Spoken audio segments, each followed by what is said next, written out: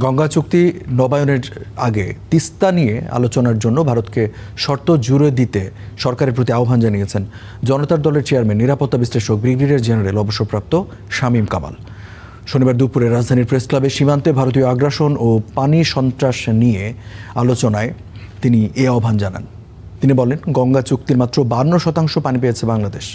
কুশিয়ারা নদীকে ভরাট করে হত্যা করা হয়েছে ভারতকে ট্রানজিট দেওয়ার জন্য। নিজের অভাব পূরণ না করে ফেনী নদী থেকে হাসিনা সরকার ত্রিপুরাকে পানি দিয়েছে।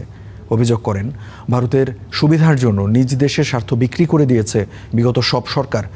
বলেন, এদেশের গণতন্ত্র তৈলাক্ত বাঁশের মতো আর রাজনৈতিক দলগুলো বানরের মতো।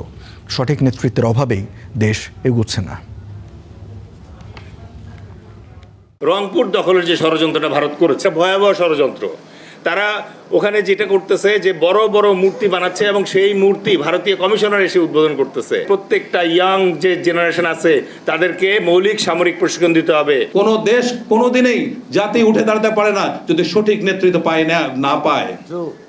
আমাদের গণতন্ত্র কি তৈলাক্ত বাঁশের মতো, আর রাজনৈতিক দলগুলো হলো বানরের মতো, একবার ওঠে একবার নামে, একবার ওঠে একবার নামে। সামনে ডিসেম্বরে গঙ্গা চুক্তি শেষ হতে যাচ্ছে। গঙ্গা চুক্তি নবায়ন করবেন কি করবেন না, এটা সরকারকে খুব গুরুত্বপূর্ণ সিদ্ধান্ত আসতে হবে। আপনি শর্ত দেন না কেন, সমাধান হবে, তারপরে গঙ্গা নিয়ে আলোচনা করুন।